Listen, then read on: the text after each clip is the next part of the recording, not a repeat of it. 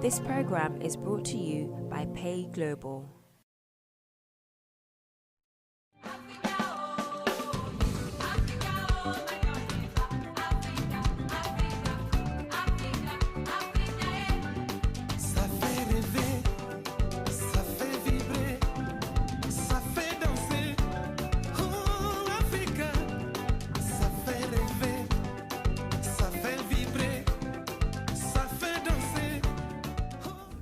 Hello and welcome to Talk Africa with me, Jones Ewa. Don't worry, Priscilla. Our topic of the day today, prophecy, a prediction of what will happen in the future. Is the gift of prophecy in the church today handled carefully and with discernment? Today we're asking, is it time for a crackdown on pastors prophesying publicly about individuals? That's what we'll be talking about today later on in the show. Is it time for a crackdown on pastors prophesying publicly about individuals? That's what we're talking about later on in the program. That's our main topic of the day. In the second part of the show, we will be discussing topics trending across the continent. And as always, we'll start with stories making headlines here in the UK. But we'll start off by introducing our guest. This morning, we're joined by Priscilla Nwekpo, who's a broadcaster and also a political analyst. Godwin Guys, who's a political analyst. Good morning to the both of you. Good morning, Jess. Did you have a good weekend? I did, actually. I did. Thank you. Pleasure to be Yourself? Yeah, it was very great. Yourself? Yeah, not bad, not bad. I'm sure you kept your eye on Manchester United. I'm sure you wanted United to lose, but it didn't happen. Priscilla, what team do you support? Oh, I support all London teams. So Arsenal, just Arsenal. It guarantees me a win. Millwall. It guarantees me a win every Crystal Saturday. Palace. Everybody. Fulham. the lot. The lot. Chelsea. That's fine. Everton. Oh no, Everton's in Everton's not Liverpool. in London. What's the other one? Have we mentioned all of them? QPR. There you go. Yeah, there you have the it. wear blue. So Yeah, I think West Ham. West the Ham as well. Works. Yeah, All of them. Yeah. See, so I am guaranteed minimum a win on a Saturday. Yeah. Don't pour in one basket. Quickly before we move on, I know. I think couple of weeks ago, or maybe a week ago, the Nigerian national team, the new kit was unveiled. Yeah. What did you make of it? Did you like it or no? I didn't like it. I thought it was a little bit disappointing, especially after, the 2012 showing of the kit then was just fantastic. Yeah. It would have been good if they could have built up on that. But I think what was disappointing about this particular kit was the fact that it looked like a replica of an old German Yes, kit. yes, I remember. Was it? Is it 96? Thereabouts. Or US 94, wasn't it? Yeah. Yeah, US 94. When Rashid Yakini scored that goal and he ran into the net and he was just... Yeah, I remember that kid. That iconic moment, right? Yes, I do remember. Okay. All right, let's move on. Just to remind viewers and listeners that we are streaming live on Facebook, GNTV UK. We're also on Sky Channel 291 on GNTV. Okay, so keep your thoughts and comments coming in. Let's start looking at the papers here, and I'll start with you, Godwin. Theresa May will today announce that you don't need to go to university to get a degree to make it. Yeah, I mean that's a hard one to take, but then I mean I do understand where she's coming from, because there's most people who come out from uni and they can't even get jobs to make it in life. So I think it's all about making smart decisions in what you do. But she's coming up to say this with another idea to probably give more children the kind of vocational training that they need. And also the fees is too much, looking at paying almost 10,000 a year. And then you come back from uni after 3 or 4 years and you can't even find a job to pay all those money, which is causing debt. And looking at the individual, some people come from very poor homes, others are from rich homes. So I think maybe they need to rearrange or kind of look into the fee system, support those from poor homes more, maybe give them less to pay than those from the rich homes. But in a way, where she's coming from will also discourage people from going to unis, because if the whole Prime Minister is coming out to say maybe there's no need to go to university because you can make money or you can make life better for yourself, then why would some student think about going to university? So it's a bit of mixed ideas. But for me, I think it's all about making smart decisions, what you want to do. It's all about what you love to do anyway. Just fight for your passion and the good will come from there. Priscilla, we've been told in the past, I think it was during the time of Labour, encouraging people to go to university. And some years down the line, now we're being told you don't need to go to university. Well, you know, it's interesting that she's making that call. This country, as I recall it, has always been a system that was more based on your experience than it was about your education. So for many years, people were encouraged to get into employment and work their way up. Yeah. And so you would find that within our civil service system at the moment, you find a lot of people right at the top, but they don't really have the necessary qualifications, for instance, to be at the top. And then you'll find those that have the qualifications that are not necessarily at the top. So we had a situation like that, and I recall that we had yet another conversation about the fact that people were getting qualifications and that their qualifications should be recognized and, you know, remunerated accordingly. Because if you go to the US, for instance, and, you know, other parts of the world, your education is, accounts for a major reason for you being in a job or being in a position, and it is regarded and respected. But whereas in the UK, it was always about experience and not about your education per se. And then we moved into the place of, people should get education. We should be able to, you must have at least a degree and all of that. And, we had those changes. So here we are again. Are we now going to reverse the trend now and go back to saying, get your experiences, it's more about vocational training and so on. I think there needs to be a balance drawn. I think it's important that people have the background education in whatever it is that you're doing. It's quite helpful. And I think it's not fair for those who are educated accordingly not to be remunerated accordingly, but then to be on par with someone that's, probably just had a year's experience in something, and maybe you're educated and you have 5 or 6 years experience. I think we need to find a way around that. There needs to be a balance drawn. It shouldn't, because it's, it's something, there should be merits and levels, and all of that should be accounted for. We shouldn't just all be on the same. I'm yet to apply for a job or go for an interview and be asked about my degree. Having encountered but if that. If it's listed, they don't need to ask you. They just sort of acknowledge, oh, he's got a degree. Okay, move on. So you don't need it. Don't need it. That's in jobs no, it's not that you don't need probably it. Like the minimum qualification is maybe A level or something like that. But you have a degree and you still apply for those jobs and you don't even get it. So that's what I'm saying. It's not about experience. Okay. But when you apply for those you're qualified as well, it will come out that you don't have the experience. So it's very, very difficult situation. That's why we have to draw a balance somewhere. Okay, now let's move on, Priscilla. And this is a story in the Times saying that employers rejecting pregnant women. Oh man, I mean, it's unbelievable to hear that employers are rejecting pregnant women or women who are pregnant, or they're asking you when you come for an interview, are you likely to have a baby soon? Yeah.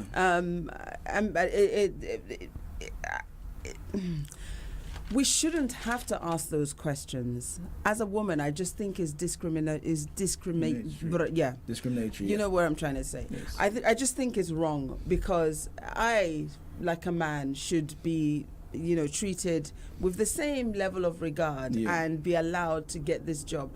Having said that, I understand where the employer is coming from, which is that the employer is thinking, okay, if you're about to be pregnant, how much am I going to get out of you? Yeah. And then I've got to spend more money to look for more people and somebody else to replace you while you're gone.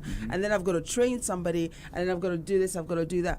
But then you would have thought that, given that, this is a natural occurrence, but that by now we would have found a way around it, so as to ensure that women are not penalized for being pregnant. And in other countries, for instance, in Germany, I think it is, if you're pregnant, you can have a year off with full pay. Whereas in the UK, once you've had your 3 months pay, or however long it is that you were able to agree with the employer, you're on, £150 a week or something. Something ridiculous like that, which is not fair, which makes it, a challenge for women when to have children as it is and to maintain a career. It's a really challenging situation. But I think, for them to ask the question in the first place, they're really in the dark ages for that. It shouldn't be the case that you ask. Much as I understand where they're coming from, you can't discriminate against women just because they are women and they're about to have a baby. Come on, we go through so much, for crying out loud. It's a woman after all that gives birth to the man that is making the decision. That's saying you can't have the job. I mean, I can never get my head around this situation. It's an unfortunate situation looking at the 21st century, whereby there's so much women power and women are fighting for their rights and freedoms. But as one of the ways that when you look at it from the employment options or the employer, normally they want continuity. So if someone is pregnant and maybe after 5 months or 6 months they go to labor, they have to get someone to cover and all that. But then it's not something that it should happen, because then you are actually not allowing people who can actually do your work to come forward because they're pregnant. I think it should be a system there that, okay, when you're pregnant, it's fine, you can go, there will be a maternity cover, and when you come back, there will be somebody there to actually work for you. Okay, let's move on quickly, and this is with Cheryl. Cheryl's allegedly or supposedly meant to split up from her partner. The partner is worth, is he worth 54 million? 54 million, yeah. Okay, so he's worth more than Cheryl. He's probably like double of Cheryl, but I think it's something that they should be able to. I mean, it's a family. I mean, they have 11-year-old baby as 11 months. 11 months baby. So I think they should be able to work things out. If it's workable, then they should be able to work things out, because you're not happy that a marriage will just break up. They're not married, but then they're together for a while now. So if they can work things out, they should. But because if it goes to court, then that means there's going to be a split of money and all that, and a baby. You want to bring your child up in a family sector, not with the dad today. You're going to visit, you're going to take to school and all that. I think it's a bit of too much. So if they can get something around it, then it'll be very great. Are you surprised by this, Priscilla? No. Not at all. It's very not common. at all, because the age difference, you always find that I've never been able to understand this, that a much older man can marry a very young woman and they remain married until he dies, and it's okay. But an older woman and a young man get together, there is always that thing. It gets to a point, no matter how long it is that they do, they get to a point. Very few of them survive. I just don't understand why it happens. But I'm not shocked. I'm not entirely shocked. I hope they can work it out. I wish them the best, really. 54 million, it's not a big deal. They'll work it out. Well, she's got enough money of her own. If I'm going by what you're saying, then you're telling young men, do not go for older women.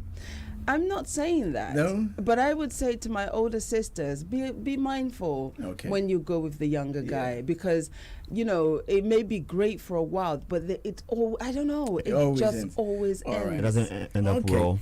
No. Yeah.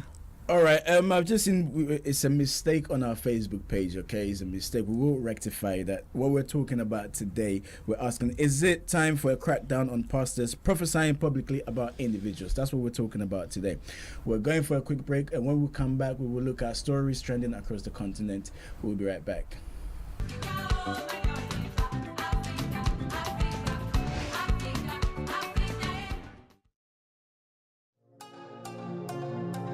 This program is brought to you by Pay Global. This program is brought to you by Pay Global.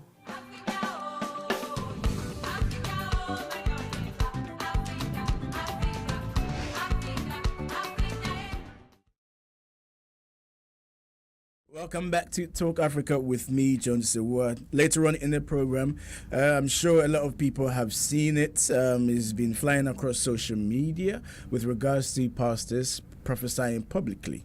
Okay, some pastors have seen certain things about presidents, have seen certain things about celebrities, or just individuals in general. So we're asking, is it time for a crackdown on pastors prophesying publicly about individuals? That's what we're talking about today. Now let's look at stories making the headlines across the continent. And Priscilla, I'll come to you first. Ethiopia declares national state of emergency, and this comes after the Prime Minister Haile Mariam Desalegn stepped down. This was last week. He resigned from his post, and we spoke about this last week, where a lot of us believe that it was the right step for Ethiopia. I mean, this is an issue that's been going on for quite some time now. This unrest is not one that just happened last week when he resigned. For instance, the whole of last year, they were under a state of emergency for about 10 months or so, and I think adequate steps really needs to be taken to bring about peace in Ethiopia. The people have been on the streets for far too long now, protesting and demanding this change, and it's high time. I don't know. It's just none of it is making sense, if you see what I mean. For the period that it has been going on for. The question is, what exactly are the authorities doing to bring about peace, to be able to meet the demands that the people are putting out there? Ethiopia is developing at a rapid rate at the moment of development. They've just recently completed their industrial park, which is supposed to be creating more employment for Ethiopian people. They've also their rail line is up and running. There's a lot of development. They're building rapidly right across Ethiopia. So you would have thought that would have been able to provide some of the much needed jobs that people are protesting about, or people are crying out about. You would have expected that to be the case. So it's very worrying to see that on one hand there's all of these developments and all of these things going on in Ethiopia, and on the other hand there is so much disagreement and upset. So what is causing it? What is the issue? Why are we not able to come sit down together and get to the bottom of it? The Prime Minister resigned. He was he was applauded for it, and said he doesn't want it to the people were more important than himself, and we all applauded him for that. But why was that not sufficient? Why was that not sufficient? As we will see how it develops across Ethiopia. Now, Godwin, Priscilla did touch on the fact that the unrest has been going on for a while. A few weeks ago, last week rather, a lot of prisoners were released, people who have been kept in for so many years. One journalist was released who wrote an article during the time of the uprising in North Africa, which he was detained for. And as I said, a lot of us believe that it was the right path for Ethiopia. Now, America too have come out and said that they do not believe Ethiopia calling for a state of emergency. Yet again, it seems as the West still wants to have some form of influence or say what's going on in Africa or parts of the continent. I mean, as I said here last time, the West will always be involved. So far as we keep asking them for help in certain parts of what we do in terms of our economy, our political systems. Now, the state of emergency itself, if you look at what it entails, such as banning protest, that is infringing people's human rights. You can't be in a country where you can't protest to fight for your own right. So that's something that is really, really, really questionable. Now, some of the things in there as well is that they can search houses and cars without a court warrant. Now, that's really, really infringing people's right. Now, the West comes in terms of whereby there are certain issues like this, whereby people's rights are being infringed, and that's why maybe the West are coming in. But I don't actually agree to some of these things in there, because why will you search me without a police warrant? Why can I not protest against something that I feel like it's not right for me in a country? So the West will always come in terms of, because if it escalates to a different level, who are we going to call for? Who can they call for? Because when you look at the whole Ethiopia itself, and the central government has so much power, there is no single opposition in their parliament since 2014. So this is actually causing a problem that there's so much autonomy within the central government. So I think the words coming in a way, it will help them. That's how I see it from the long perspective. And Priscilla, we can't forget, and this tends to be the crux of the bone of contention here with regards to the ethnic groups. Some of them feel they've been marginalized since this government took over back in 1991. Absolutely. You know, it's that age-old thing that runs right through Africa, isn't it? Yeah. Where people feel, it's not just in Africa, but I think that we as Africans, we probably focus so much on it. We bring ethnicity before everything, and it is not helping our development. It is not helping our progress. It's a shame that, like I mentioned earlier, in spite of all the developments that are going on in Ethiopia, and there are a lot of it happening, that people are still feeling marginalized and still feeling disenfranchised and still feeling that they are not getting their fair share from the government of the day. Is it that there is an overburden on the fact that we say, if my man is not there, then it matters not what you do for me. I know of one particular country on the west coast where there's a certain tribe within that country. They always, for instance, they would say, what did we get out of the last government? Meanwhile, they had several appointments of people from that particular region, but they weren't satisfied with that. And then they now have a situation where a man from their region is a vice president, and you're asking, so what are you getting from it now that he's there? Because are things better for the greater how is the economy? We should be for the good of the country at large. We should be looking at what the government is doing and the impact on that on all of us, regardless of what region we come from within the country. But as Africans, we tend to put our ethnicity ahead.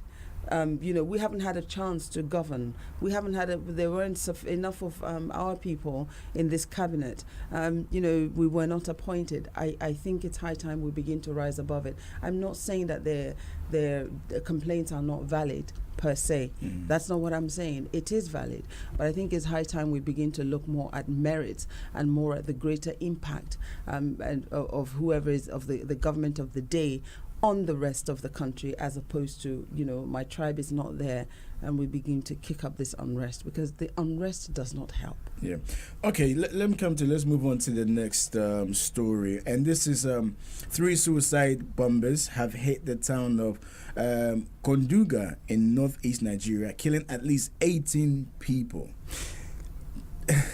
Well, Boko Haram, I don't know whether they've claimed it yet. Or they're about to. Or they're yet to. They're yet to. Yeah, I mean, it's a very... Okay, I've just been told, yes, they've claimed responsibility for it. I mean, it's a very sad news, and my condolences goes to the family and the friends of those who've lost their life. But looking at where the incident happened, it's a marketplace. So my... Okay, all right. It's been claimed by Islamic State. Islamic State, yes. Okay. So my question, or what I find it very difficult to understand, is that what is the main motive? Because it's a marketplace and there could be so many people. We understand that probably their main motive is against Western education and stuff. So being in a marketplace where there could be so many different people, that there could be so many different from different religions and different culture, what is the main motive behind what they've done now?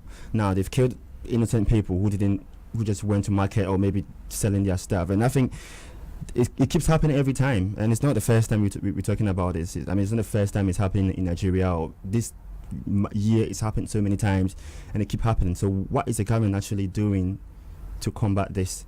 I mean, they're doing enough being in the northern part with the security forces, but it's still not enough.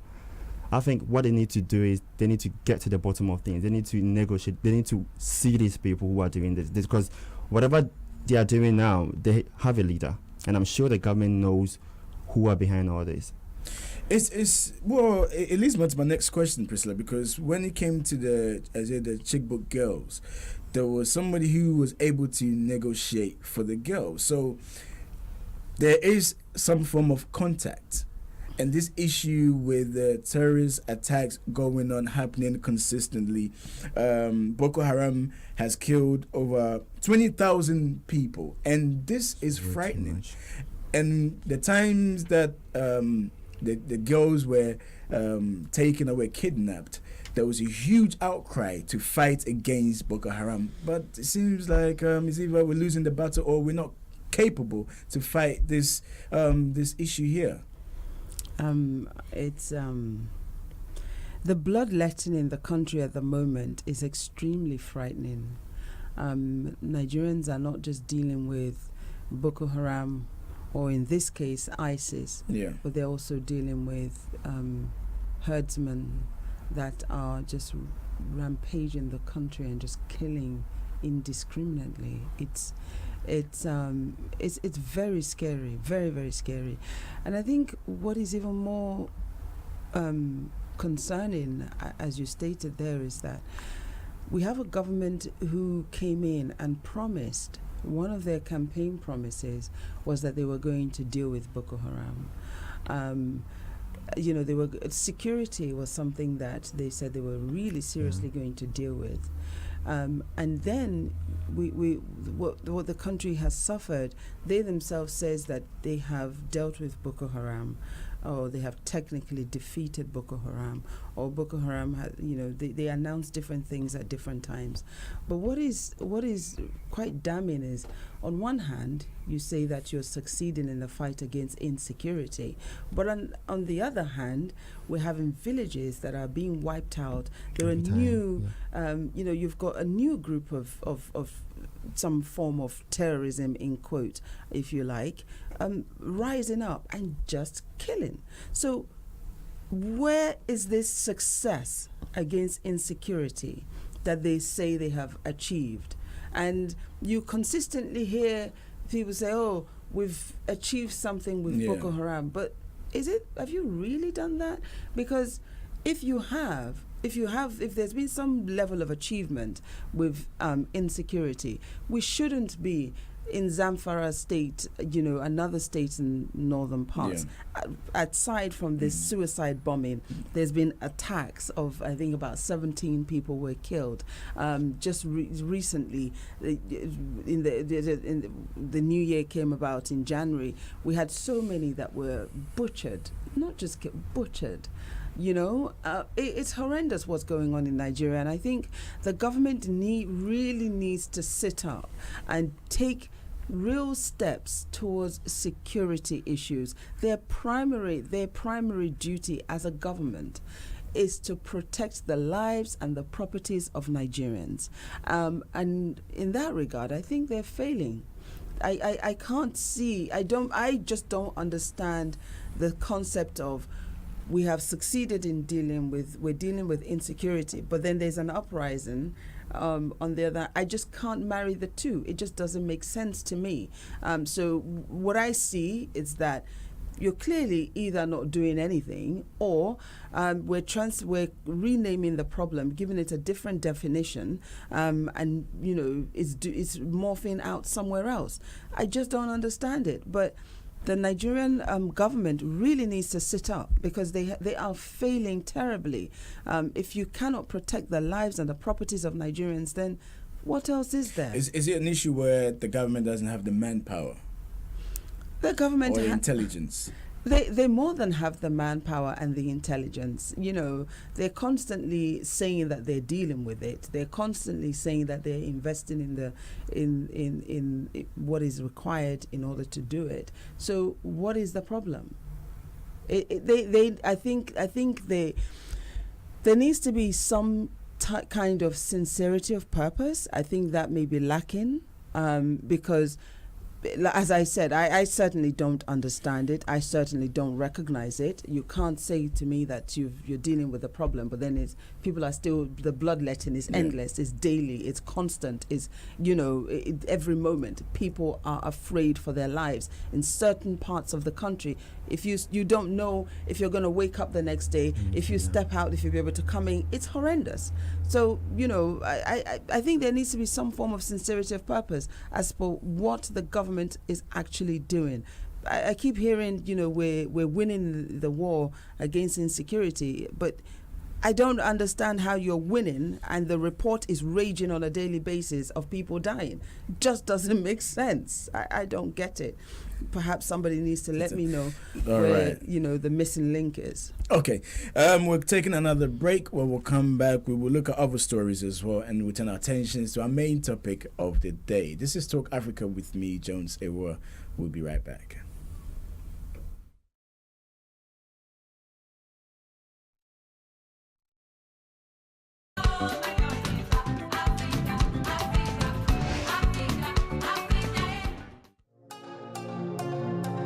This program is brought to you by Pay Global. Hi, God. I know you haven't heard from me in a while. I've been busy. 1, 2, 3, 4. For the first time on cinema screens comes a gripping 10-chapter movie series from Sparrow Productions. Find a gorgeous rich man to take care of you. Like the way you have. Shit. You picked up a girl, brought her into our home, into our bed. A riveting, edge-of-the-seat drama filled with tears, laughter, and love. She knew how much I loved you. She knew how heartbroken I was when you left. Enima Mesa Amwa, Jocelyn Duma, Ivan Okoro, Na Ashoko Mensandoko, Ajete Anan, John DeMello, and many new exciting faces. Well, it was tough, but we managed to do Adam's it. Apples.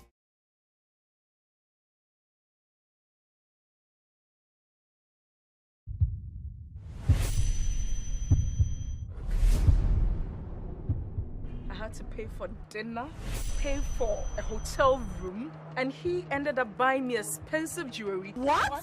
For God shall fight for you, and you shall hold your peace. Move!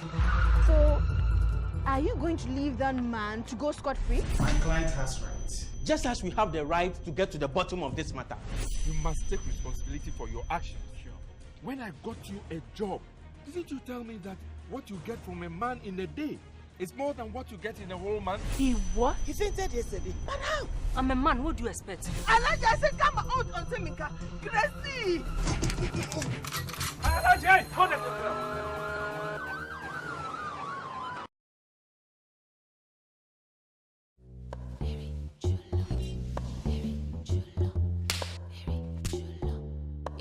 Brothers. You never told me you had 11 brothers. I would have never slept with you if you had 11 brothers. There is a thief. You don't expect me to lay all my cards on the table, do you? What the hell are you talking about? Are you spying on me now? He got it. He stole my jewels and my heart. Dial 191. Where's the police? Gina, I can't believe you had sex in my bed. This is not what I think it is it? And everybody knows how you roll. Are you feeling down? You want to fill me out? You broke my heart. You so cold. Do you even like to get me in here? You want a postmortem check on James's sterility? Yes. Innocent until proven guilty. Don't you dare, Shirley. Are you a stranger or somebody I know? I'm thinking about committing suicide. I got beaten for my future misgiving. So why do you want to fix me? I want to know the face of my killer, mystery. That's why I don't swear, drink, or have sex on Tuesdays. You give me chlamydia, and I'm just supposed to go away? You're gonna have a baby. Stop saying that! I do not want to hear it, Oliver. How much you love me, and how much this love-making thing was your idea. I bear my soul into this relationship, and what do? You trample all over it. Stay away from her. You know I can't.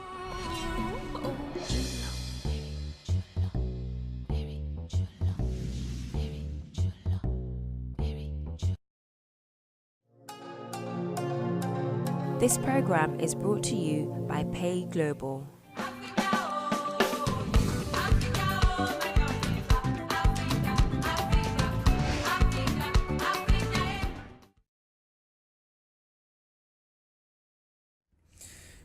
Welcome back to Talk Africa with me, Jones Ewa. Let's take a few messages that have come on our Facebook page.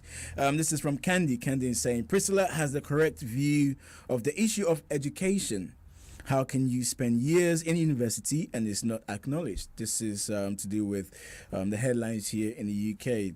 that we were reviewing earlier on. She goes on to say employers have discriminated against pregnant women for years. This is not a new issue and it will take years to deal with it. She also says that women are maltreated and maligned all the time. Cougar women just enjoy. Go, Candy. Apia Kubi is saying good morning to you too. Apia Kubi, keep your thoughts and comments coming through. We are live on Facebook, so you can leave your messages on Facebook, okay? We're also live on Sky Channel 291, GNTV. We're live on GN Radio. You can listen to GN Radio on Sky 0185 or on TuneIn. All right, so keep your thoughts and comments coming in. Let's move on. I'll come to you, Godwin. And Libyans mark 7 years post-revolution that ousted Gaddafi. Yeah. If you look at that story in the history of Gaddafi in Libya, 7 years ago, I would think, or 8 years ago, or 9 years ago, I would think Libya was a very good country, even though it was run by, I won't call him a tyrant, but some say he was a tyrant or a dictator, but I think they were doing very, very good compared to even most countries in the West. Now, when it all happened and, Muammar Gaddafi wasn't there anymore, but after the fight or after the war, there wasn't enough done in the country to put them back to where they were, but rather everything that they were doing was in the hands of the rebels and a few people, and that has caused Libya pain and agony till now. Now, 7 years, if I should look back at Libya, I look back with more sadness than happiness or joy. Even though Gaddafi wasn't there, that people thought that maybe if they get him out of the way, the country will be better. But then if you look back now, I think most Libyans will say we would have loved to have Muammar Gaddafi still there, because the West or the network people that took him off didn't actually do enough to strengthen their political systems or the economic systems. They just left everything into the hands of a few people that they trusted would do well for the country, whereby it wasn't like that. It was a complete sham. And I think most of the blame need to go to them, because how they did it, how they took Gaddafi out, wasn't the right way to go about. So 7 years, we're still counting, but then I think Libyans are not in a good shape at the moment. 7 years after Gaddafi being overthrown, what can Africans learn from that? I can't believe it's 7 years already. Yeah. Time flies, isn't it? Wow. I mean, this is a classic case of the usual foreign policy of the West, isn't it? And it's just unbelievable that in the 2018s and 17s and 16 and 15, it is still being allowed to happen. Because this is the usual classic situation where we take out a so-called dictator and then leave the country in disarray. The people of that country no longer can have a government that truly governs. You end up with militia groups that are now, having different factions and taking ownership of different territories and parts of the country. And the whole place is just, left in the upheaval. It's unbelievable. It's shocking. And my heart goes out to Libyans, actually, because they once had a peaceful country. And now they no longer have it. I think that the lessons that we can learn, because Africans are always so fond. You hear, ordinary Africans, the slightest things that happen, they'll say America should come in to help. Yeah.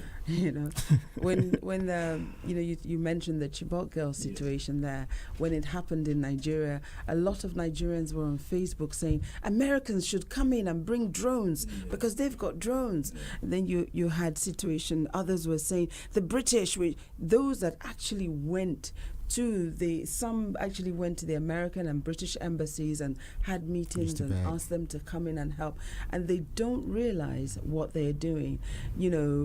I think we need to learn how to internally resolve our issues first and foremost before you go and get outside help. The lessons we should learn from here is that we've seen it over the years. Afghanistan is still in disarray. Iraq is still, look at what's going on in Syria and Libya. how many other countries needs to be brought to its knees before we realize that this particular method of removing a supposed dictator is not the right method, and that there should be consideration for ordinary people and their lives, and we should be able to learn our lessons by now. And I think that African countries and African people need to sit up and recognize that these invitations do not necessarily bring about the result that they think they're going to get.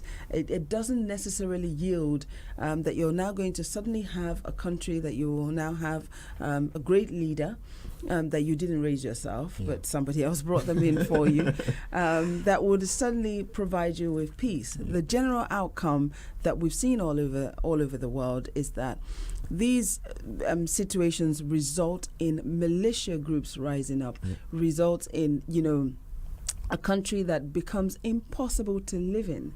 The peace is taken away. Businesses are destroyed. Who benefits from all of these? And who continues, as it were, to feed the war? Because somebody is. Somebody is. And whoever it is clearly making great money. Whenever there is some form of unrest or war, somebody somewhere is making. Someone is behind it. Yeah. How ammunition's ending up in that This is country. it. This is it. All right, let's move on. And this story, Mugabe is no more, but it seems as if the army commander, what they said was, it's not about Mugabe, but it's about quote unquote the criminals surrounding Mugabe. And Vice Chancellor of the University of Zimbabwe has been arrested in connection with an investigation into awarding of a doctorate to former First Lady Grace Mugabe. See, when new governments come to power, and what they normally term witch hunting. Now, I think Zimbabwe needs to move from this. The whole issue about corruption is within the party, not Grace or not Mugabe. Now, what's the PhD anyway? I mean, if you strip off the PhD from her, what will you achieve? What is she even going to use a PhD for now? I mean, looking at her age and everything. I mean, I know that sometimes you need to merit what you get in life, which is fair. Sometimes.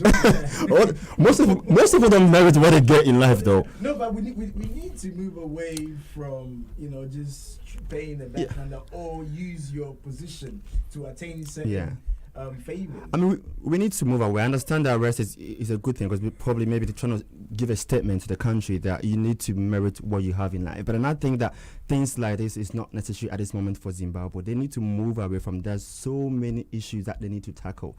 The government need to tackle issues about unemployment, about their financial situation in the country, about their political systems.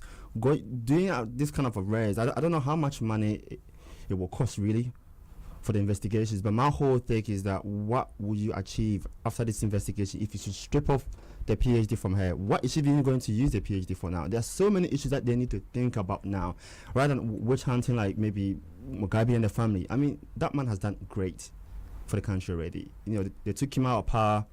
I have my own reasons. Everyone have their own reasons. But for me, my take is that they have issues. They have drastic issues that they need to make radical changes and sort those issues out. These kind of things are not things that will bring any improvement or any development to the country. It's a statement, which is very great, but I think they need to move away from this. They need to look at more issues that is affecting the country more than arresting a vice chancellor because there was a PhD that was given to Grace Mugabe 4 years ago, and they are now publishing a thesis. Come on, I think there are more issues that they could tackle in the country rather than this. I don't agree. I don't actually see. I don't agree. I don't actually see much more in this. I don't agree. There's such a thing as an honorary doctorate, and there's such a thing as a PhD that you spend time to do research to attain. And I think it was wrong, completely wrong, of Mrs. Grace Mugabe to have used her position then. She attained it within months, it was said, if I recall correctly. It was reported that she had attained her PhD within months. of, saying that she was registered. And it was completely wrong. It's an abuse of the system. And I applaud them for wanting to do something about it, because, the message has to be sent to say you cannot use your position to abuse the system. If others are going to spend 3 years, 4 years, however long it takes to adequately complete a research and then to be granted, that almighty title, a doctorate, I don't see why others should abuse it. She was in a good position to have colluded with the vice chancellor if she needed to be granted an honorary award. She could have gone that route and it would have been fine. But to abuse the process in this manner, no. He's arrested. He should go and answer questions. Obviously, she gets away with it as ever, as they do. But yes, it's important that Zimbabwe, starting out afresh as it is now, must put the right steps forward, and this is a good one. All right, just to let listeners and viewers know that we have an issue with our Facebook. We're trying to get it back up. Now, let's move on to something a bit more lighthearted, which is the Black Panther. Okay, now before I get your submissions on the movie and the big euphoria about it, let's take a quick look and listen to the trailer.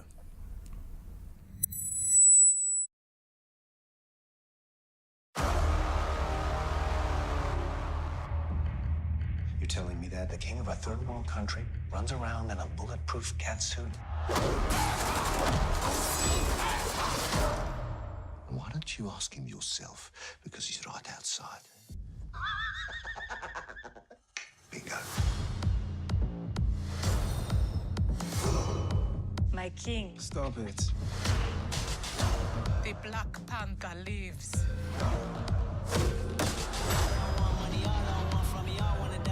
A war is coming. That's damn calm. Watch me do my. I hope you're ready, bro. Because I'm just getting started. Let's have some fun.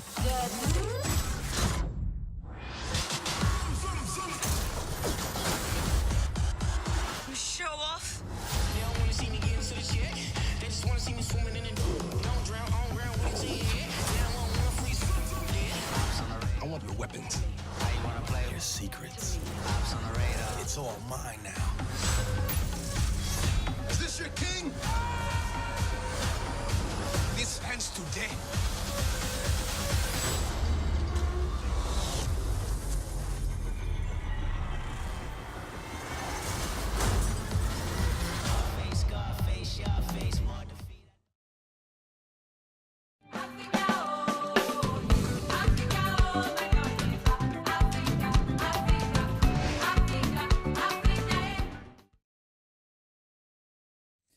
Well, I hope you enjoyed as much as we did here.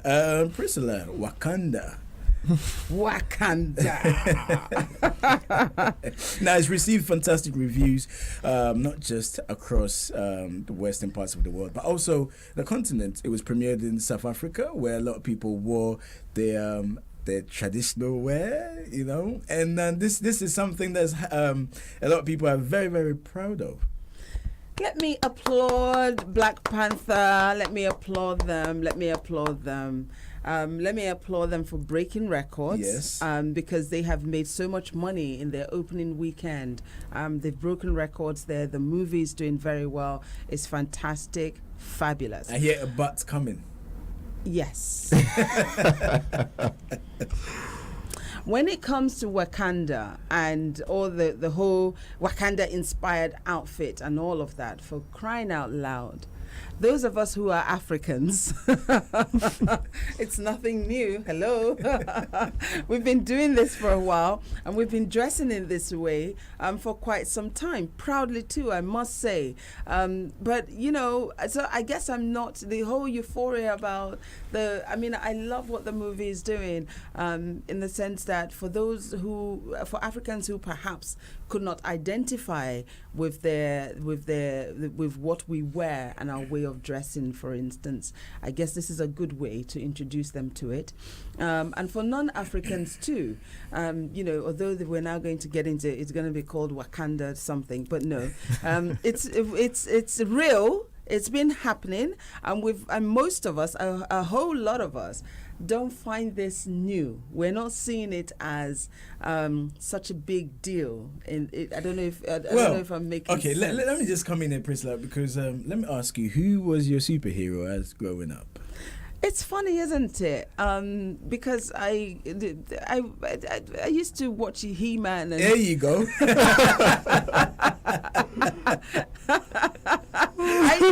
I knew it. She-Ra, Princess. I used to watch them, but I also loved my Tom and Jerry. Yeah. I understand all of that, and we didn't have those black superheroes depicted as they should have. But I think we need more than one singular film. I'm hoping that Black Panther is not going. The euphoria is not gonna. We're not gonna move on next week and talk about something else, and then that's it. Because I believe there's a whole generation that we need to cater to now, and I hope that this film will inspire for my African creatives to take those bold steps now and to be able to create more within that. But when it comes to the outfits, it ain't nothing new. Godwin, I remember watching Captain Planet. Many years ago. Many years ago. Oh, yeah, I remember that one. All right. Well, I've been told to go on a break. I'll just take the liberties just to touch upon this really. Captain Planet, the fact that there was an African boy in there who his name was actually Kwame, so Kwame, you could relate to that, couldn't you? Yeah, you could. I mean, it's a very great thing because it's creating more awareness about our capabilities or what the blacks or the Africans can do, and I think it's showing our culture to the world as well, which is very great. But as she said, it should still keep on for a while. They shouldn't bring another movie or anything just to kill the vibes. They should just let it go on and then create more awareness to people who don't know much about Africa and they think that maybe Africans live on trees and stuff like that. So it's great. At some point, our superhero was Blade, but now we have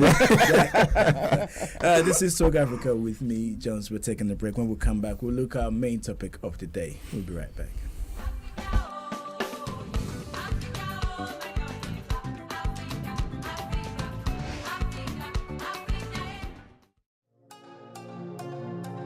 This program is brought to you by Pay Global. This program is brought to you by Pay Global.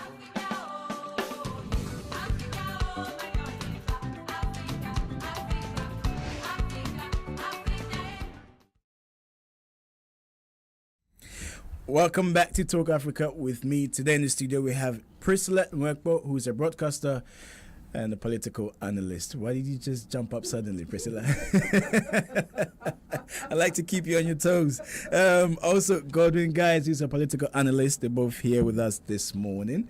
If you just join us, we're live, okay, on Sky 291. I think we're having a bit of an issue with our Facebook page, but I've been told they're trying their hardest to sort it out. So if you want to call into this part of the segment, you can do so by calling 0203-735-8820 or 0203-286-0185. If you want to send a text message, it's 0793-286-1328. The numbers will be put on the screen. Now, it would be a mistake to think of prophets in the Old Testament as only predicting the future. Their primary role was to make known the holiness of God and covenant obligations, to denounce injustice, idolatry, and empty ritualism, and to call God's covenant people, Israel, to repentance and faithfulness. Okay. However, in the 21st century, we've witnessed the gift of prophecy, where some pastors prophesy about leaders dying, celebrities dying, people going to churches to get healed in some shape of another. Okay, so we're asking today, is it time for a crackdown on pastors prophesying publicly about individuals? Recently, a pastor in South Africa was found guilty for using an insecticide to heal people. Okay, he was found guilty for assault. So if you look at what's happening in churches right now and the trending issues, okay, that's why we're posing this question to our listeners and viewers. Is it time for a crackdown on pastors prophesying publicly about individuals? You can call into the studio. It's 0203-735-8820 or 0203-286-0185. I'm sure we'll get our Facebook page up and running, okay? So if you want to comment on there as well, just be patient with us. We'll get that bit sorted. Godwin? Yeah, I mean, this issue has been going on for a very long time. I think the whole issue about Christianity and the whole issue about churches and pastors and evangelists, prophets and prophetess, it's been going on for a very long time. Now, when you look back in the olden days, how Christianity started and everything, it was all about preaching about salvation, about how people can live in a community very in a united way, how we can go about united. But nowadays, when you look at the modern churches, especially like those in Africa, I think they've changed it into a different way. When you look at the preachings, I mean, what they preach about, why would a pastor just go and prophesy that someone will die? As a man of God or as a woman of God, I mean, I'll put in a woman of God, yeah. Why can't you pray for the person or call the person? Because I'm sure that it's not everything that you want to come to public to say. But they do it in a way that it's a campaign for them. They're campaigning for their churches. Now, because most of these pastors want to live in luxury lives. But if you look at the olden days, I mean, the prophet Moses and all that, they were not thinking about how much they earn. They are doing things for community. They are serving humanity. And that should be the key things for most pastors these days. But they don't have that. All what they know is trying to campaign for their churches, getting more people to come to their churches, to pay tithes, offerings, give them gifts. Whether we should crack them down in a way is something that maybe is very debatable, because sometimes, as I said, there's so many human rights that because they have the freedom of speech, but they should actually follow the scriptures very well and preach to people to believe in God. But then he is following the scriptures, Priscilla, prophesying. It is following the scriptures, but the point is, how do you know what they're saying is from God or not? In all honesty, Jones, I think what we've seen recently with these men of God has been nothing short of abuse. Abuse of the gospel, abuse of their office, and abuse of people, the general public. I don't understand why, if you have a prophecy for somebody who's in the public eye, that you need to shout it from the rooftops. And like you said, Roger, why can't... The one I found most disappointing was the recent situation, I think, that we saw with the young Ebony in Ghana. Who passed away recently, and you suddenly had these wave of pastors claiming how, they knew she was going to die. They had prophesied to her. Why were they banking so much on the fact they prophesied for her and did not feel any shame that they were aware she was going to die, but took no time to pray to prevent it? Because the Bible says that he reveals to redeem. And, everything seems to have turned into direction. I keep hearing that now. There was this whole thing of, contact me so I will give you directions. I will tell you what to do so that you will not die. From what I recall, Jesus prayed. You don't necessarily have to be in the same room with somebody to pray for them, and something will happen. But I think what this is now defining, what it is telling us now, is that men of God are no longer what we once knew them to be, men of God.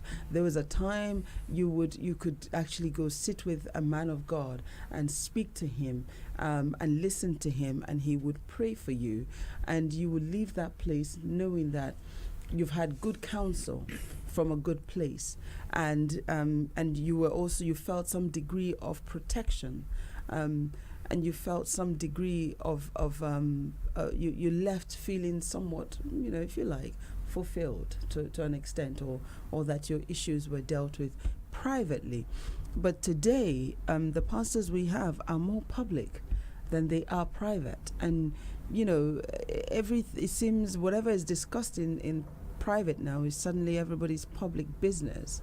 They seem to enjoy more the fact that they should announce to everybody that they've seen a vision about, But then people are also saying that we are in the end time, and they base this on the scripture that says that in the end times, your children will have dreams and things will be more easy access. Things will be quick.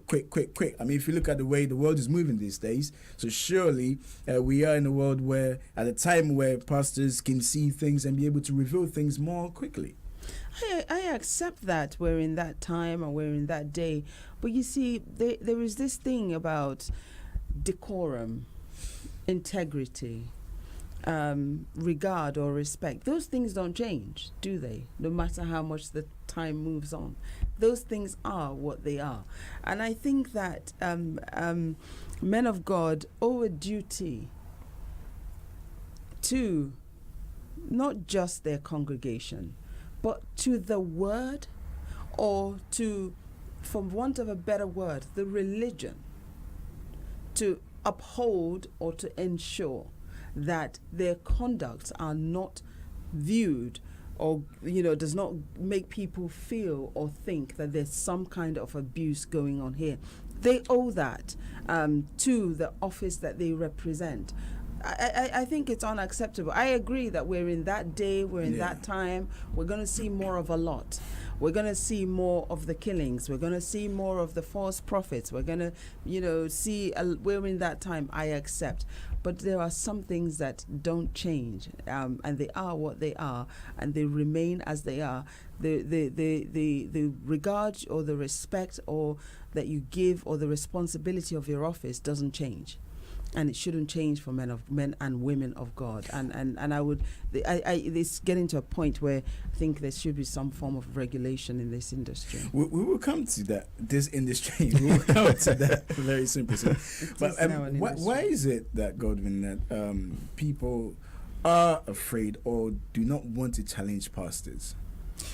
I mean, I think it's more to do with what to do with respect as well, because pastors they're of high caliber. I mean, you don't want to insult or challenge a man of God or a woman of God or a prophetess or whoever they call themselves. You want to give them that liberty for them to be able to come out and say things to you. But as she said, when something happens or when you get a revelation, what you need to do is to call the person. If I'm a dad and I have a revelation about you, I'm not going to go to the public line and just be saying, I have a revelation that my dad is going to die. For you to be respectful and for you to respect yourself and your church, why don't you call the person in and speak to the person that is what I have. Maybe we need to do fasting together. You need to change your ways or things will happen. Look at what happened to Ebony. Now, it's all about not challenge, but it's all about respect for your church and respect for your community. I think most churches, their main responsibility is serving humanity. And I think they are shifting away from this pattern. They are completely going away from this pattern about helping the community. They've gone or going away? They've gone away already. They've gone away because when you look at the foreign churches, how they praise God, we've taken praising God to a different level, to now abusing our own people. Now, you have a pastor in Ghana who came out to say that one of the most popular artists in Ghana, Shatta Wale, is going to die by mid-July. Now, he came out and also said, if I don't die by December, I'll go around and ban more churches, churches. So you're causing a public outrage. Okay. By doing all right, this. We'll come back to that. We're taking a quick break. When we come back, this is what we're discussing. Okay. All right. I've just been told it's not break time yet. Okay. so do you continue? Yeah. So when things like this happen, if we don't have something to stop, it will cause so much problems between the pastors and the community. Because imagine what Shatta Wale came out to say, and if he doesn't die by mid-July and he goes to ban the church in December, what will happen? He's taking the law into his own hands. Now, the police will come in, the government will come in. So it's going to cause problems. Now, I think revelations are there for everyone, every human being, because we are all gods. I mean, if you read the scriptures, everyone is a god. Like every human being is a god. We are spiritual beings living in a physical world. So there's a saying that you create your own thoughts. But can I come in here? Yeah. If a pastor prophesies about saying something about somebody and you don't believe it, okay, why should you get upset about what the pastor says about you? I mean, believing is something that is a very hard thing. To believe, have faith and trust is a very hard thing. But no, because you don't have to put your mind on it. The reason why I'm saying that, you brought this artist's name in the conversation. Yeah. He probably doesn't go to the pastor's church, probably Yeah. doesn't know him, but the pastor does know him because of what he does. So if he says something about Yeah. you and you don't believe what he's saying, then what's the big? That's what I said. That outcry sometimes, about? you know, like in humanity, or when you read about the spiritual life and stuff like that, we have something like we call that you create your own world with your own thoughts. Now, whatever comes out of your mouth in the world can manifest. So you as a pastor coming out to say I will die, it can manifest into my life. So I wouldn't take it lightly. So it's more of the pastor pouring out curses. Pouring out curses, exactly, because that's what they always say, that you don't have to say bad things about yourself, regardless of what you're going through. You always have to say good things, because the whole world or the whole universe is multitude of energies going around. So when you speak good things into your life, you attract good things into your life. So the pastors coming out, I think it's all about integrity as well. They should respect themselves in a way that when they come out, they wouldn't say things to actually cause public outrage, because it's not great, it's not nice. We are seeing more of abuse rather than them serving humanity. Their social responsibility in the communities are really, really, really changing. That is not the churches that we want to go. That's not the pastors that we want to go and confine in them and tell them our stories. They should rather help us. If you've seen a vision about me that I'm going to die, come on, pray for me. Call me in. If Let me you've seen feel a love. vision about Godwin, pray for him. Don't call him to tell him. Don't We're tell taking me. another break. When I'm we gonna get come back, anxiety with that. we'll read some of your text messages. This is Talk Africa with me, John. So we'll be right back.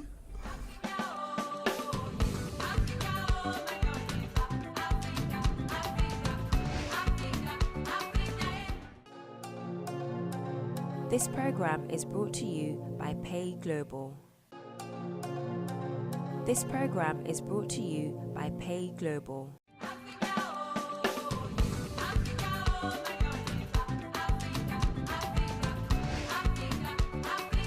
Welcome back to Talk Africa with me, John. If you just joined us today, we're discussing, is it time for a crackdown on pastors prophesying publicly about individuals? You can call into the show, okay?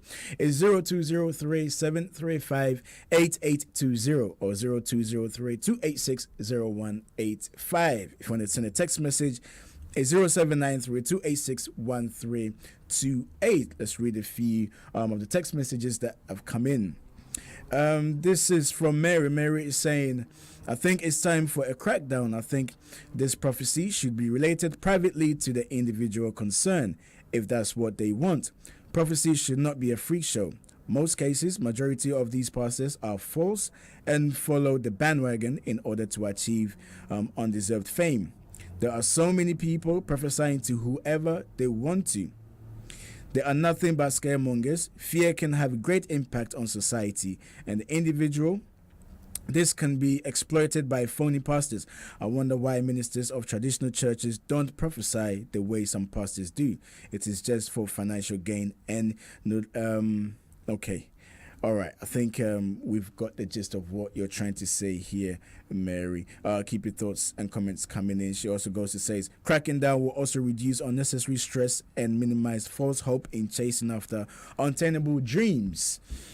Keep your thoughts and comments coming in. You shared the same sentiment as Mary. I agree with Mary. Something needs to be done because, you know, the office of a pastor comes with a huge responsibility.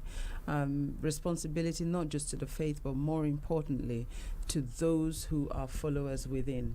And I think that there is a very, very high level of abuse at the moment going on. They may not realize it, but the way they are, you know, either prophesying or the things that they're asking people to do publicly, you know, it's all just doesn't depict. It's not fair, I think, on the faith. I agree with Mary, yes. But then I come back to the question I asked you previously, which is, it's hard to detect if the prophecy is true or false. With regards to pastors who tend to preach, you have the same Bible in front of you. If there's some element of it which you don't agree with what the pastor is saying, you can correct the pastor.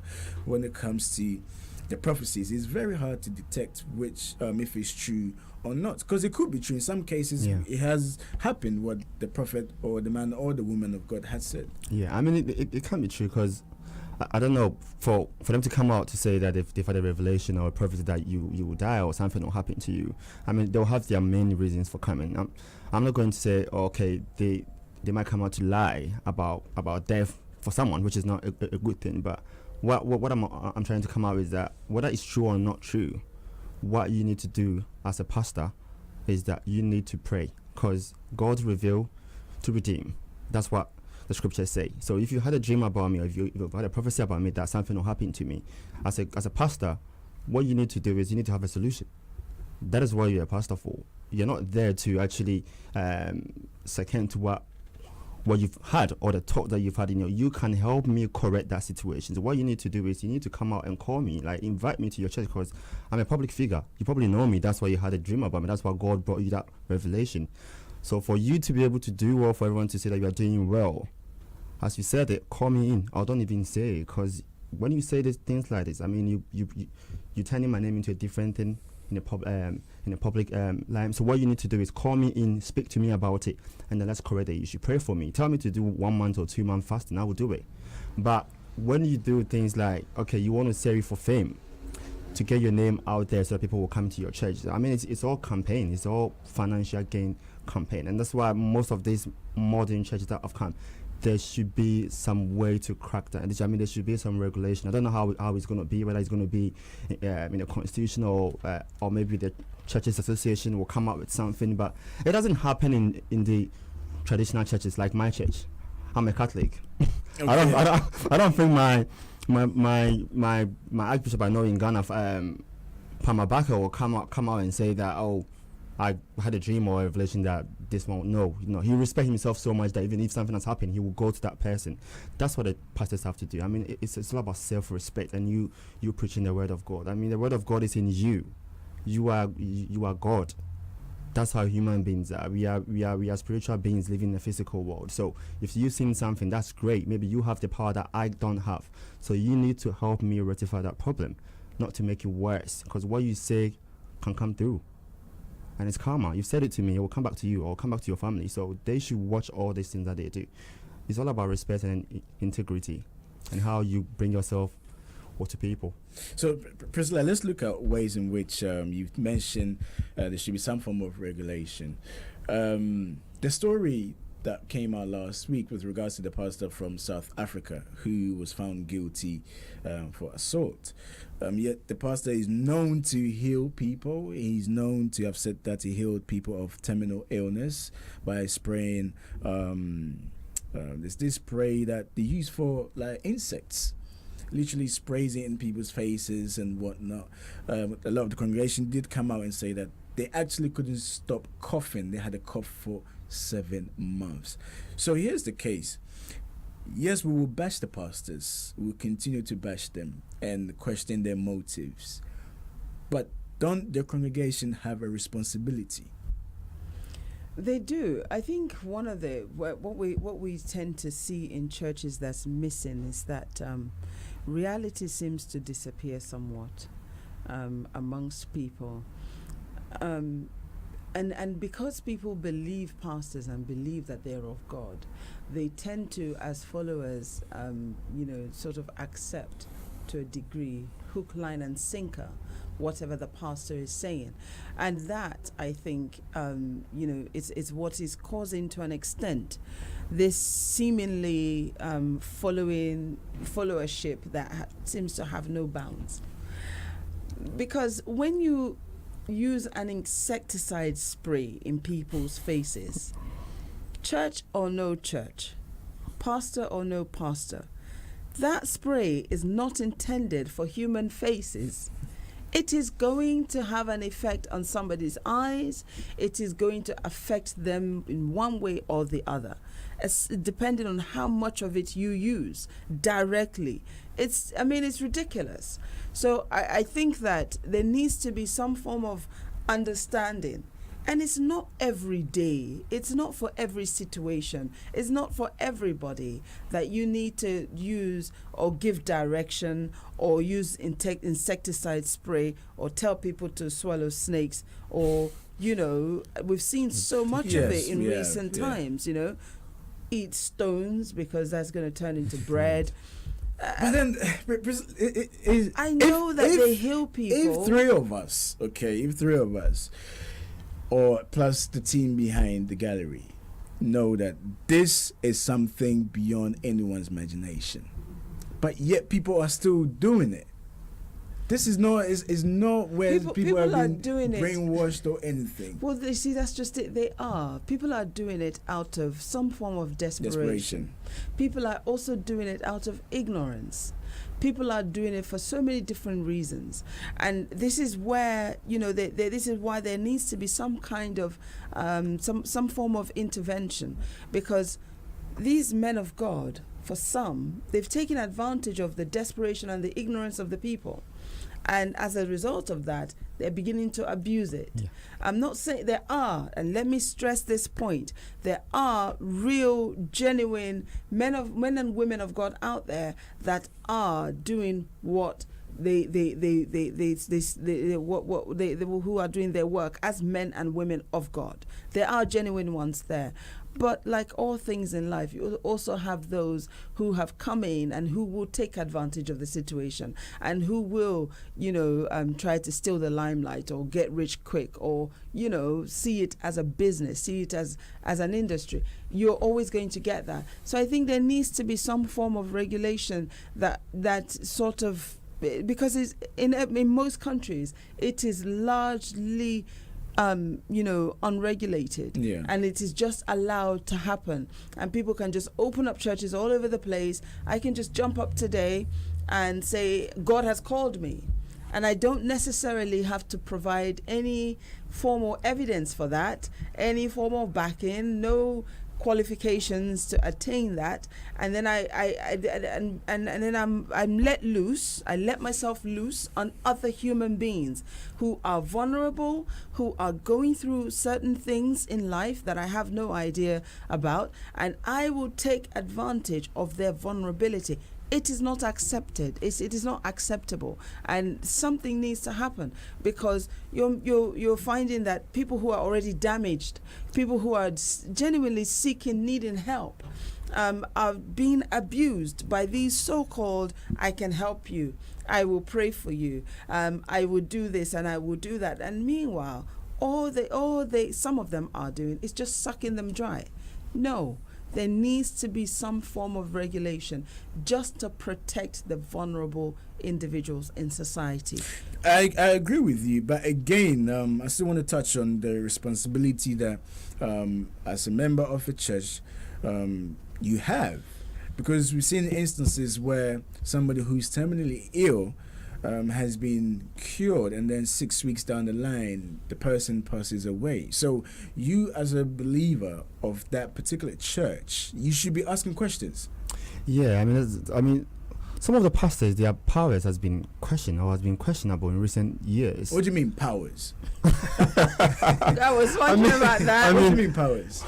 The way they go about their healings, I think it's been questionable for some time now. I mean, if you look at the olden days, because they're all following the scriptures about how Jesus Christ healed people. I'm not sure Jesus Christ took anyone to the seaside or told someone to drink salt water or this. I mean, well, there was an occasion where he spat in his hand and mixed it with clay for the eye.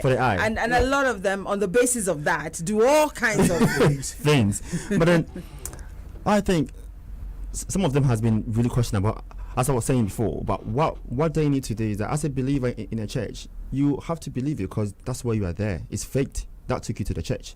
So as much as you believe in your pastor, you also have to pray for your own protection, because you don't know exactly whether the healing is from God or not. Because we understand that there've been incidents wherever we've seen other traditional people going to churches to take their gods or whatever from the churches. So most of the churches nowadays, you don't actually have trust in the pastor. I don't trust so many.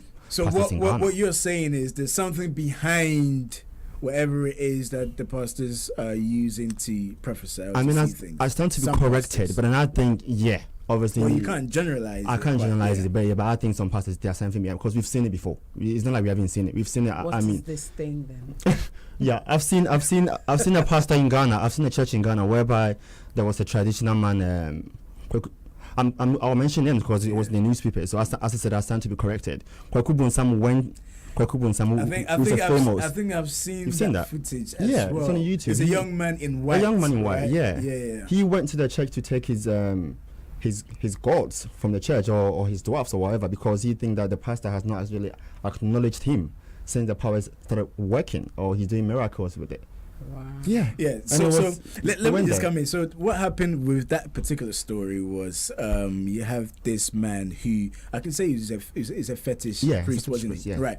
And then this young man who claimed to be a pastor went to him to seek some form of powers or whatever it may be to help his congregation grow. So he wanted to add it to the power of God? Right. So he went there. He went there and he was supposed to pay some money to the guy and he didn't. So then the guy went there. His excuse was the church is not growing. However, when the guy went there, the church was more or less full. So the guy said he wants his stuff back, and then that was all in the papers. So then when something like that happened, did the Ghanaian authority do anything about it? I know that the guy was arrested by police because I saw police there. He was arrested. He might be arrested. Because I think it's cases like that should give rise to some form of intervention from the authority, because there is clear evidence there that what you're saying you're purporting to be is not what it is. And again, it's an abuse on the vulnerable people, because if you're now going to go and seek whatever this is in order to be able to have the so-called effect, so that means it's fair to say that effect is likely to be false. And it, like you said, they prayed for somebody and 6 months later the person died. The healing was not enough for survival. So that's false there. There's something false there. I think that these things need to be addressed. It can no longer be ignored. It's getting beyond acceptable now, and we can't just keep ignoring it, because more and more people are being affected, and more people are succumbing and becoming vulnerable to the reckless and inconsiderate actions of these individuals who they're wolves in sheep's clothing, saying they are of God when they are not. They are sons and daughters of Lucifer that really cannot just be allowed to because they're just reigning their own terror in their own way on society. So what can be done? That's the problem here. That's the biggest question. What can be done? I mean, I think that the churches, I know if you want to form an association, you have to go for some sort of right before you can institute your own association. What kind of church is that you're talking about? I mean every church in Ghana, I think there should be registration. There should be a registration. I'm sure that, I stand to be corrected again, I'm sure that the churches in Ghana or everywhere in the world, they have an association. There should be a code of conduct. I mean, every organization or every society has a code of conduct. So there should be a code of conduct that when you establish your church, obviously everyone have a freedom of association or can establish your church, but there should be a set of code of conduct that you need to follow. And I think they should make this strict to every church, that if you don't do it, we will then take your church down. We can crack down your church. That's what should be done. Because, as I said, most of these pastors who comes out to say things are not the old pastors. They're not the old ones. I mean, there's certain pastors in Ghana that I respect so much that they will never come out. Ajana Sari will never come out to say something like this. Duncan Williams will never come out to say something like this. These are all the new ones that they've changed the whole mindset about Christianity. The new generation But then ones. You mentioned Duncan Williams, because I remember, was he not the one that has the infamous prayer of arresting the cities? No. I didn't hear about that story, but I know he's one of the respectful pastors in Ghana. Okay. Ghana, and I mean he's done so much. I mean his social responsibility as a pastor is so much. He's done so much things for Ghanaians. And Ajana Sari, these pastors are great. They respect themselves. They wouldn't do things like this. They're making the whole thing about Christianity like, I don't know. It's not attractive anymore. It's not attractive. I mean, we've shifted from our own traditional patterns into a Christian sector, but they're not making it attractive. The abuse is too much. You have pastors using their legs to step on pregnant women's belly. Eating grass, people eating grass. It's not great. There should be a code of conduct, and then they should make it straight that if you don't follow this, then your church will be follow what exactly? Because I just want you guys to throw something. I think it should be a case of any practice that can be deemed out of the ordinary, that, you know, it's likely to cause some form of harm to the recipient. Practice such as, you know, as I mentioned, eating snake. Come on, spraying insecticide in somebody's face. Things like that are likely, I should say, to cause harm than it is cause good. So such practices must be instantly, you know, curbed. It must be stopped. And I think, you know, if you're found to be standing on a pregnant woman's stomach, I'm sorry, no, you're going to cause some form of damage to the fetus. But is that not the whole point, go Priscilla? that far to pray. A lot of people says that God moves in mysterious ways. So therefore, in certain acts that's beyond human beings' imagination. Yes, let me explain something to you, Jones. And this is what I find very, very, I'm so concerned about it in Christendom. You see, God didn't have to come down, as it were, in the form of his son. And I'm not a preacher. Yeah, he didn't have to come down in the form of his son Jesus Christ. And if he wanted to, I'm sure he could have just dropped out the sky and just said, "Hey, I'm here." But he decided to follow a process, the same process that he has prescribed for human beings. And I decided to follow a process, Priscilla, the same process. I need to take a break. So just hold on there. When we come back, I'll give you more time to carry on what you're saying. This is Talk Africa with me, John. So we're taking a quick break. When we come back, we will continue with our discussion. We'll be right back.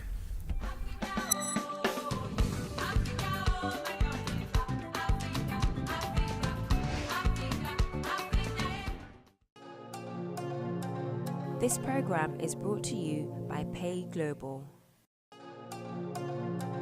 This program is brought to you by Pay Global.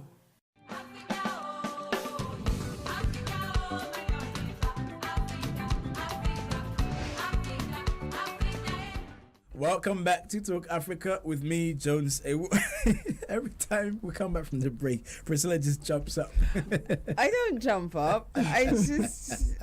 I smile. Okay, if you just join us, we're asking, is it time for a crackdown on pastors who prophesy publicly about individuals? That's what we're discussing today. You can call into the studio at 0203 735 8820. You can go onto our Facebook page. Okay, we're back live on Facebook now.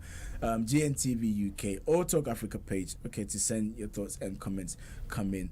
And if you want to send a text message, it's 0793-286-1328. Priscilla, before we went to break, you were talking, you were saying something about following due process. Oh, yes. I was saying that, you know, so God decided, you know, he followed the process that God, had prescribed for man to come into the world, which was the whole 9 months process of being in the womb and then being born of a woman.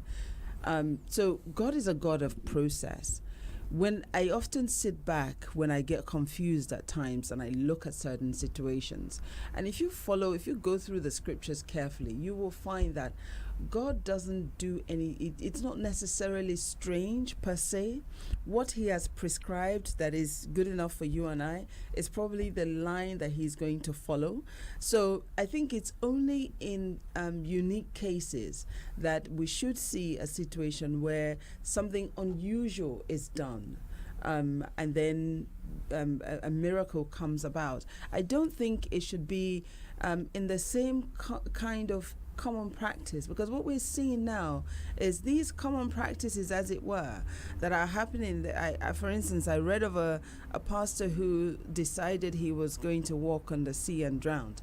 And then there was the one who, I think there was something about one that also tried something very stupid. Somebody recently died from fasting for so many days or what have you.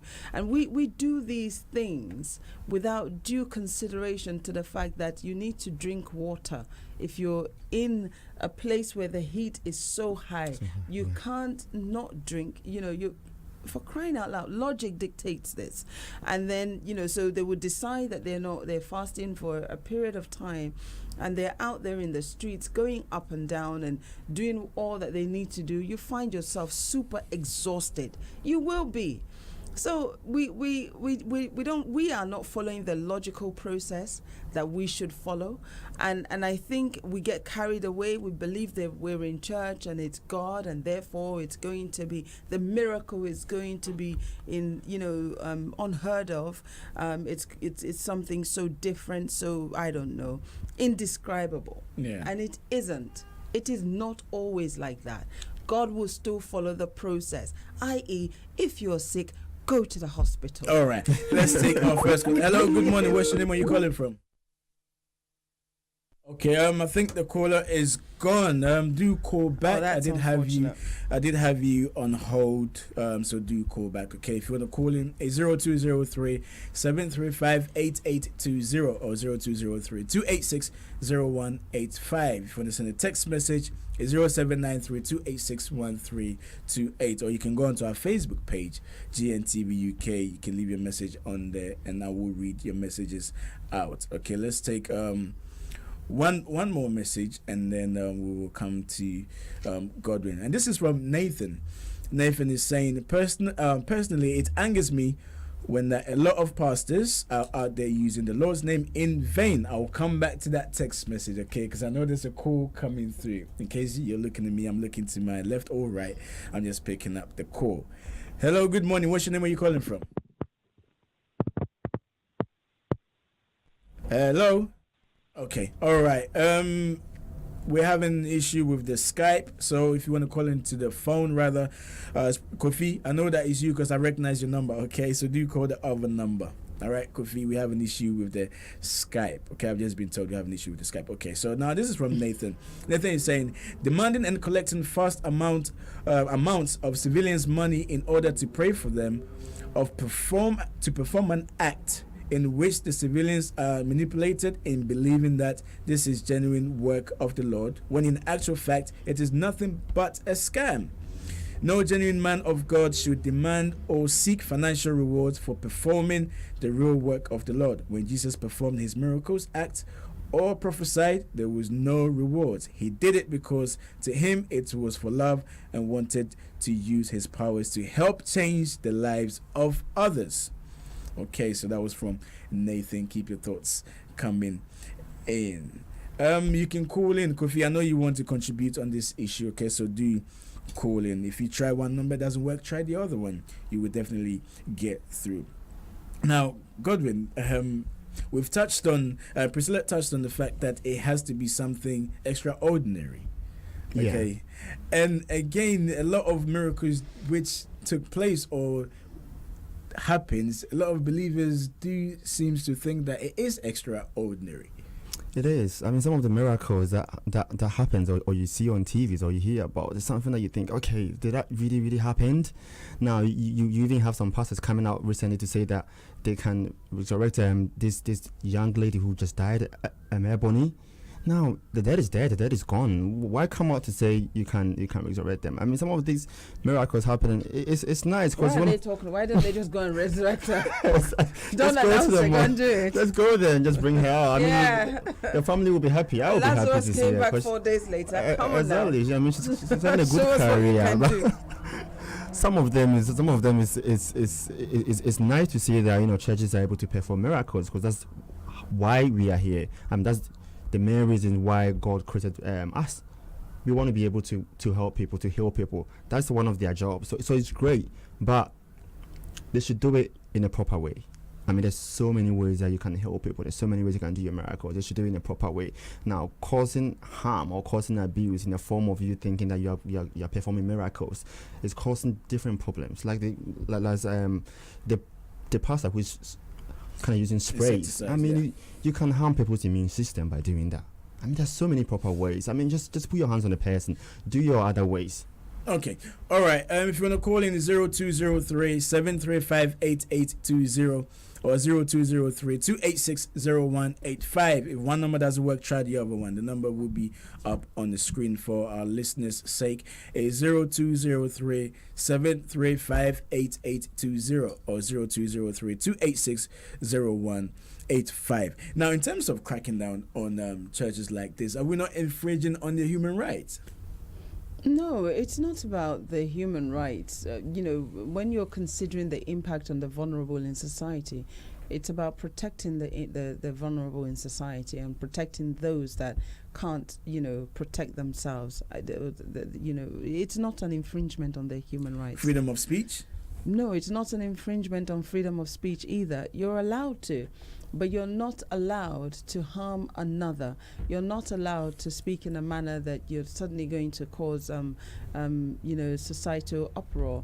Those are not the kind of freedom of speeches that you're allowed to have. So, I think, as I've said, there are genuine, real men and women of God out there doing great work. They will pray for you without seeing you necessarily. They will lay hands on you if you're present. Some will simply hold your hand and pray with you. I've seen real life miracles of somebody's leg growing back. I've seen those things happen. Wow. Yes, right in my very presence. I've seen it. So I have no, qualms about that at all.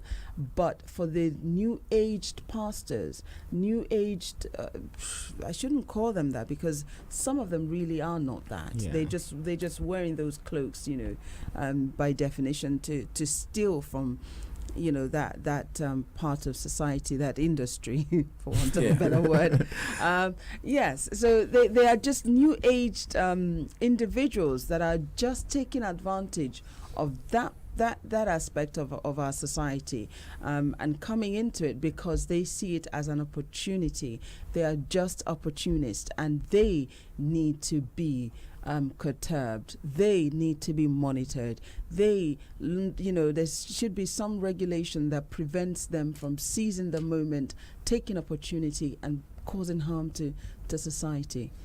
All right, this is from Michael. Michael sent a text in saying, yes, there should be a crackdown because these fake pastors are deceiving the individuals and creating fear for their own gains.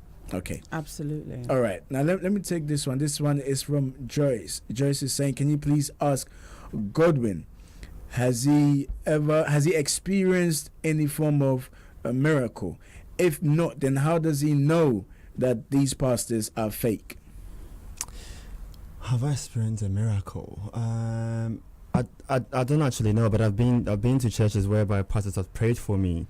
I mean, I've never fallen down before, like maybe other people have fallen down. So I don't know. But enough said, and I don't remember the last time I was even ill to the hospital, which I thank God for my health, or went to a pastor that I'm ill to pray for me. But I know there's been times that I'm having personal issues in my life that I've called maybe my pastor in Ghana and say, okay, can you pray for me? Whether that helped or worked or not is something that maybe is personal to me, but I wouldn't say whether I've experienced miracle like maybe what others has done before. But it's there for everyone to see. No, I mean not all the miracles. I'm not saying someone is fake, but it's not all the miracles that I would say is godly. Anyway, I mean it's something that are starting to be corrected. But if you look at what is happening around the world, in most African churches or communities, most of these miracles happens. I mean, it's not what you think that is from God. So yeah. Okay, this is from James. James is saying, if you look at the movement if you look at the movement of churches across Africa compared to America, they read the same Bible, they heal people in the same way, but Americans preach more about prosperity and Africans preach more about doom and gloom. Wow. That's very, very strong. That's very, very strong. Not necessarily. I think that they also preach about prosperity in Africa a great deal. I understand where James is coming from. But I think that they do preach a great deal about prosperity in Africa. But I also think that there is a responsibility on our preachers to teach people because, like I said earlier, the problem is that we seem to think that because we're in church, we will not need to go through the processes. So, for instance, we think because I'm in church, the job is just going to come to me. No, you need to have the qualifications to be able, and you need to make the application. The miracle comes in when you get there. There were 1,000 other people, you made it through, or whatever. There may be some significant something that would happen that for you. So no, but you've got Christians of today that actually thinks the job will come to me. God is going to do it for me. And forgetting the process that needs to be followed in order for that thing to happen. And I think that is where preachers, in some cases, I don't know, some of them, I don't know if they're preaching it enough, if they're stressing the point enough and stating it enough that you have something that you've got to do yourself. Yeah. You've got to play a role. You have responsibility. You owe it to yourself. There is a process to be followed. If you don't follow that process, you are highly likely not to get that miracle. I'm not saying miracles don't happen, they do, but just not in the same way that we expect it. And not by eating strange things either. Do you, I think Godwin touched upon this, it's like the church has moved away from the teachings rather to the miracles. Now a lot of Bibles have been translated in loads of languages. So that excuse of, I don't understand English, I don't understand Latin, that excuse is not there. The reason why I'm saying this is because Michael has texted in and saying that the congregation, members of those kind of churches needs to bear some form of responsibility. You should read the Bible. After all, the Bible does say that my people perish because of lack of knowledge. So if you're reading your Bible and the pastor is saying certain strange things, you should be able to question them and know that, no, this is not right. Yeah, but you've got a generation of people that just believes everything the pastor says. And they're so lazy that they're not prepared to read it for themselves and have the experience or the understanding for themselves because the pastor is going to do it for them.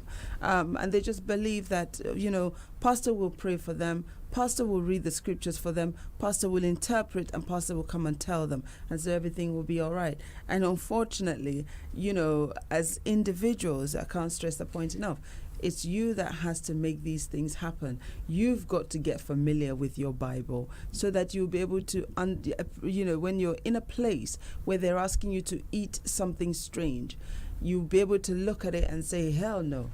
There's no way I'm going to consume that because it's not scriptural, perhaps, or this is not what I've read in my Bible, or I just don't think it's human to do that in the first place. Have we missed something here? The governments come into the equation, because you did touch on the fact that people do these things or believe these things out of desperate situations that they found themselves in, i.e. somebody who's ill, who is not able to afford just paracetamol or just normal drugs that they would need.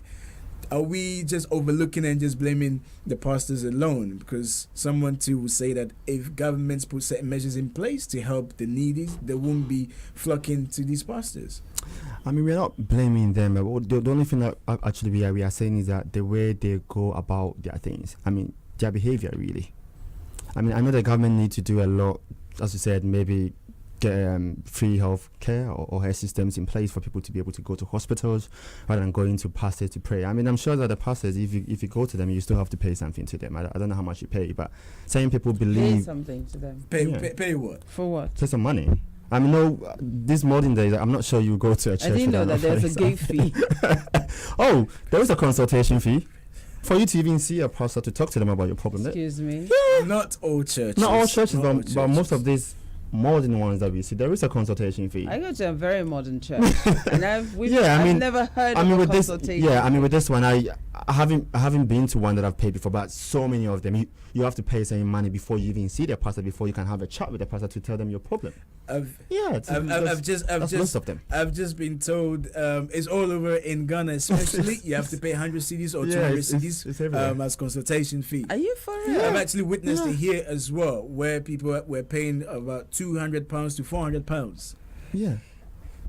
Yes. A consultation fee. So for consultation fee, yes. Just to have a chat and just tell the pastor about your problems and stuff like that. And then like that. And then these pastors can look into. Do you see what situation. I mean when I say that they're taking advantage of the vulnerable? But why would you go? These are educated people, Priscilla, that are going to see these pastors. to call them vulnerable, to me personally, I don't Just think they're because you're vulnerable. educated doesn't mean you're not vulnerable. No, I You're understand. You may have strength in your career, Right. but there may be vulnerability in other aspects of your I'm life. talking about in terms of knowing what is right and what is wrong. It's all desperation. You're just And I've desperate for seen one, such just- people. But surely gone that to should pay that should £400. that doesn't that then confirm my point that people are desperate Yeah. and people are vulnerable and people to a degree are ignorant, because I don't see why I should be paying a pastor £400 to come and see you. What are you going to do for me? If you say you're going for counseling, because obviously if I'm to hire a shrink for their time and I will pay them. So if it's about counseling and it's about some kind of professional help in that regard, yes, if you say your fee is £200 or 400, fine, I will pay that. With the understanding that I'm here for counseling. But you need to show me that you have what it takes to give me adequate counseling. Are you with me here?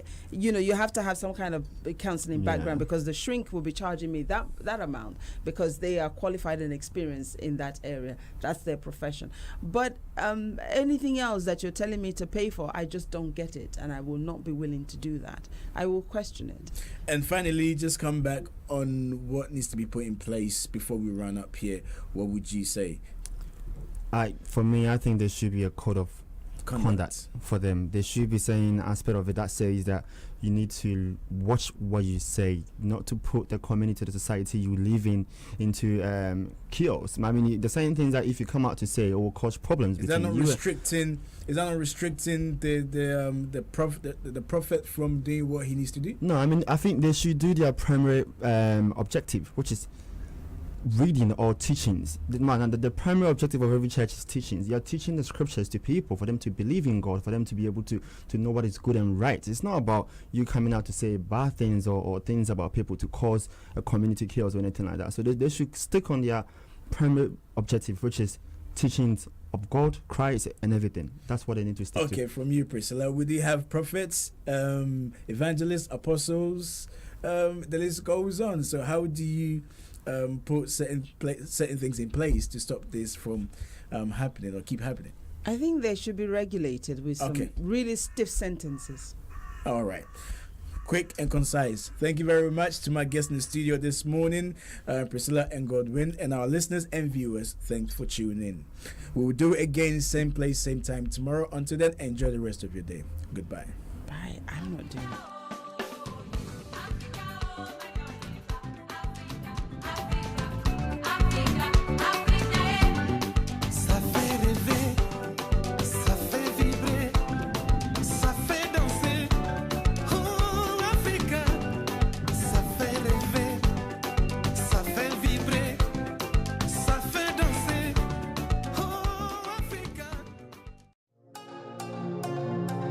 This program is brought to you by Pay Global.